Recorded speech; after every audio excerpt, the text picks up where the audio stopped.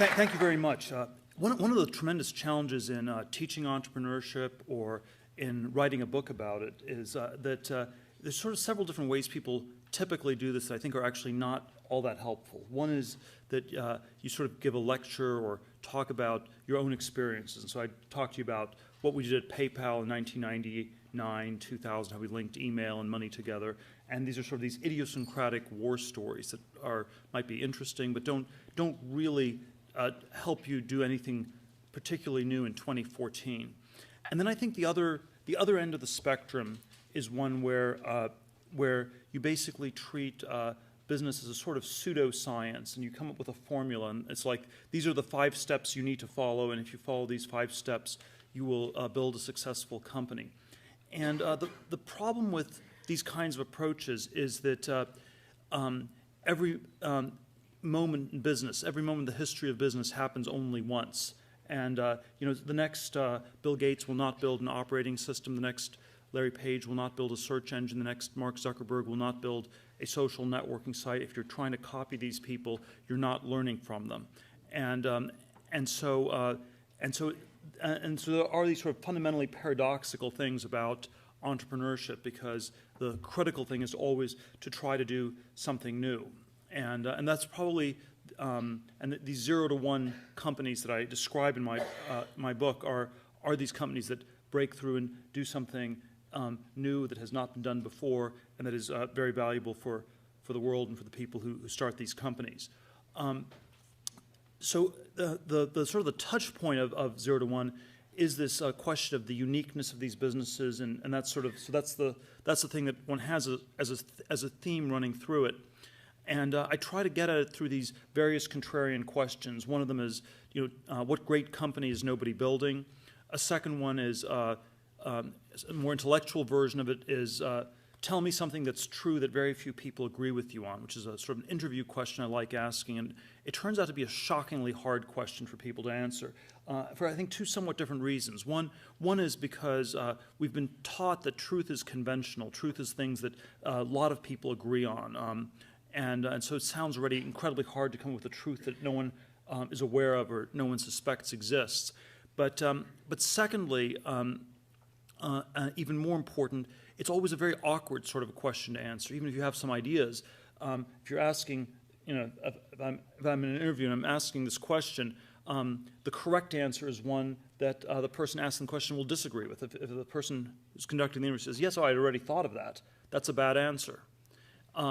And we live in a world in which courage is in far shorter supply than genius, and so there are sort of all these reasons these things are sort of often very underexplored.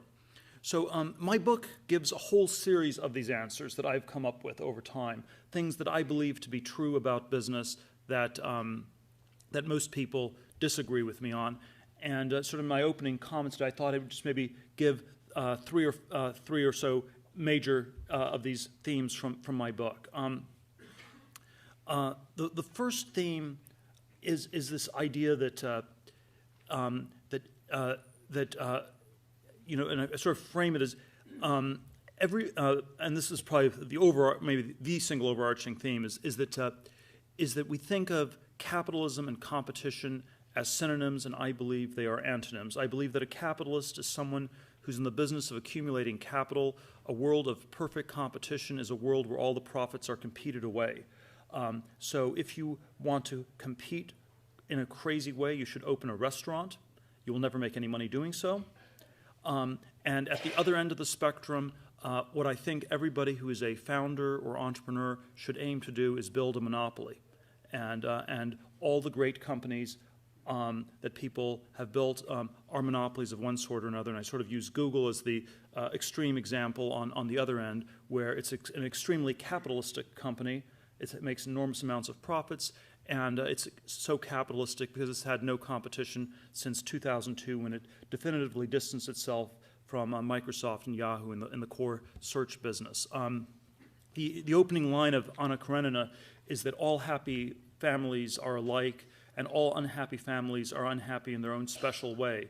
And I think the opposite is true of business. I think in business, all happy companies are different because they figured out something unique to do. and all unhappy companies are alike because they fail to escape the essential sameness that is competition. The Wall Street Journal ran an excerpt in my book. The chapter was entitled "All Happy Companies Are Different." They sort of took the chapter and they retitled it "Competition is for Losers," which got a little bit more attention from people, and I think it's but it sort of really gets at sort of the core of this, because we normally think that losers are people who don't compete intensely enough. The people who are the losers are the ones who fail to compete really hard, and it's sort of like you have sort of a educational testing model, a grading model, sort of an athletics framework or something like that. A loser is someone who's not very competitive. And so if you say competition for losers, that sort of really gets at the core of this difference. And I think this monopoly versus competition idea, there's sort of an intellectual reason people don't understand it. And it's very poorly understood, I think, even in Silicon Valley, because the people who have monopolies pretend not to have them, and the people who don't have monopolies pretend to have them. And so it gets kind of confusing. So if you, and the way you do this rhetorically is, if you have a monopoly and you don't want the government to look into it too much, you will say that you are in a much, much bigger business. So if you're Google, you will never say that you're a search engine. You will say you're a technology company, and technology is a vast, incredibly competitive space. And you're competing with Apple on iPhones, and you're competing with Microsoft on Word documents, and you're competing with Facebook on social, and with the Detroit car companies with your self-driving car, and there's just competition everywhere. And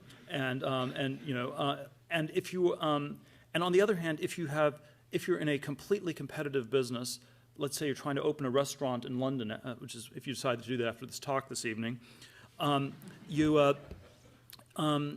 try to get investors for your restaurant in London, this will be hard to do, and they'll say, well, it's a bad business, no one makes money, everyone just loses money when they open restaurants.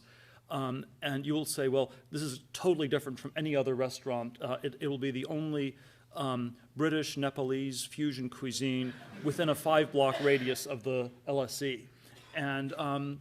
And so you sort of tell an idiosyncratic fictional story where it's too small. And so because people are constantly telling these fictional stories that distort what's going on, there is this real failure to understand the centrality of this monopoly versus competition dichotomy.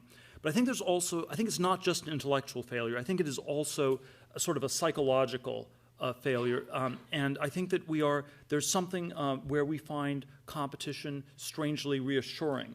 We find it validating. When you compete for things, you think there are lots of people doing it, and there's sort of is this perception of safety in crowds. If a lot of people are trying to get something, it must be valuable, and therefore it. Whereas if nobody's trying to do something, that's already really, really uncomfortable. And I think this, the word ape already in the time of Shakespeare meant both primate and to imitate. And there is this rather disturbing aspect of human nature where people are ape-like, sheep-like, lemming-like, unbelievably herd-like, and we're sort of attracted to doing things that other people do. We're attracted to compete for all these, and compete the most intensely for things that often matter the least. And what competition does is it does make you better at whatever you are competing on. And I'll give the high school athletics. You're on like a swim team in high school, and you will focus on the other people on your swim team, and you will get to be a better swimmer. But it always comes at the price of losing sight of things that are perhaps more important or more valuable. I think that's always sort of this distortion. There's a classic Henry Kissinger line about his fellow professors at Harvard, where the battles are so intense in academia because the stakes are so small. And you always think, on one level, you think this is a sort of a description of insanity. It's like, why would the battles be so intense if there's so little at stake? But it's on another level, it is just the logic of the situation working its way out. When the differences are tiny, you have to fight incredibly hard to differentiate yourself, and the smaller the differences get, the smaller the stakes get. Paradoxically, the more you have to fight to get ahead. And so I do think we should always ask whether it really makes sense to try to go through the tiny, tiny door through which everybody's trying to cram through when there's a giant gate, perhaps just around the corner that no one is even thinking about taking. So second contrarian idea in my book, people think of this question: tell me something that's true that other people don't agree with you on. There's sort of a default bias that this question has been largely answered. We've figured most things out, or if there are things we haven't figured out, they're incredibly hard to determine. So I sort of give this trichotomy in my book of conventions, things that everyone knows to be true, mysteries, things that are just about impossible to figure out, and then there's the stuff in between which you could figure out, but it's hard to do, and that's a secret. So there's a question: how many secrets are there left in the world for us to discover? And certainly there are certain areas where there probably are not that many secrets left. So if you were living in the 17th or 18th century and you looked at a map of the world and there were these empty spaces on the map, you could become an explorer and you could discover something new on that map. Or if you were living in the 19th century, you could do basic chemistry and you could discover elements and fill out the periodic table of elements. And so in the 21st century, probably geography or basic chemistry are not places where you will discover new things. The fields are done, they're closed in that sense. But there are many other fields, I would argue, that are still quite open and where a lot is left to discover. I think this has certainly been true of the computer revolution for the last 40 or 50 years, computers, internet, mobile internet, where many new things have been found. And I think it could actually also be true of many other areas of technology where I've argued things have been somewhat slower, but they could be a lot faster. So it's not just the world of bits, but also the world of atoms where we could be making a lot more progress. I think one of the reasons people think that there are so few secrets left, or that it's not worth trying to find secrets, has sort of paradoxically to do with globalization. If you're in a world with 7 billion other people, you sort of think, there's nothing I can find. It's like someone else will have already figured it out, or it's impossibly hard. And so it's either the case someone else will have figured out this problem, or it's impossibly hard, and in either case, there's no point in me doing it or even trying. And this sort of becomes a very self-fulfilling way in which people give up and do not try. And I think there is very often these great 0 to 1 companies have some core idea or research program or a set of things that people are really thinking about where they think there is something important they could figure out and understand. At PayPal, we were very focused on the intersection of cryptography and currency. Could you create a new encrypted digital currency? We didn't quite succeed in doing this, but by really thinking about that problem, it sort of focused us on coming up with some creative solutions in the payment space and helped us to build this company. And so I do think there's always this sort of passion for some specific vertical where you think you can discover new things that drives things. And I want to underscore that there are vast numbers of these secrets left to be discovered. It's not the case that all the low-hanging fruit has been picked. There was, maybe there was never any truly low-hanging fruit. It was always of intermediate height. It was always somewhat hard to figure these things out, but there's a lot like this that can still be done. Let me end with a third contrarian perspective, something that's true, that I believe to be true, that I think a lot of people do not agree with me on. One of the this is a little bit bigger picture. One of the things I contrast in my book is two modes of progress in the 21st century. I think we can have globalization and technology. Globalization I describe as horizontal progress, going from one to N, copying things that work. And China is probably the paradigm example of globalization in our world. It's a very straightforward plan that they have for the next 20 years. Just copy things that work in the Western world. Maybe you skip a few steps, but it's very, very straightforward. And then I always draw this sort of on the x-axis. And then on the y-axis, I draw technology, vertical progress, intensive growth, doing new things, going from 0 to 1. And this is just to underscore this idea that technology and globalization are radically different concepts, and that they can, and they should not be used as interchangeably as they tend to get used. And if we think about the history of the last 2 centuries, there have been periods of technology and globalization and one or the other, and they don't actually always line up. The 19th century, I believe, was a period of enormous both technological progress and globalization. After 1914, globalization went into reverse, and there was less trade, less connections among the rest of the world, and the world sort of fragmented. Part of it became communist, on and on. Although technology continued to accelerate in many, many domains.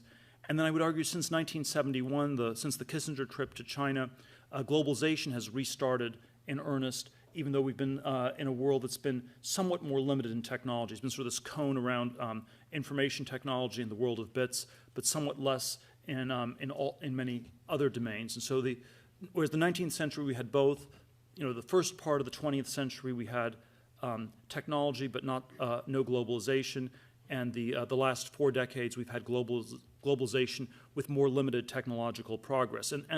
And this shift is reflected in the way that we talk about the world. In the 1950s and 1960s, the world would have been divided into the first world and the third world.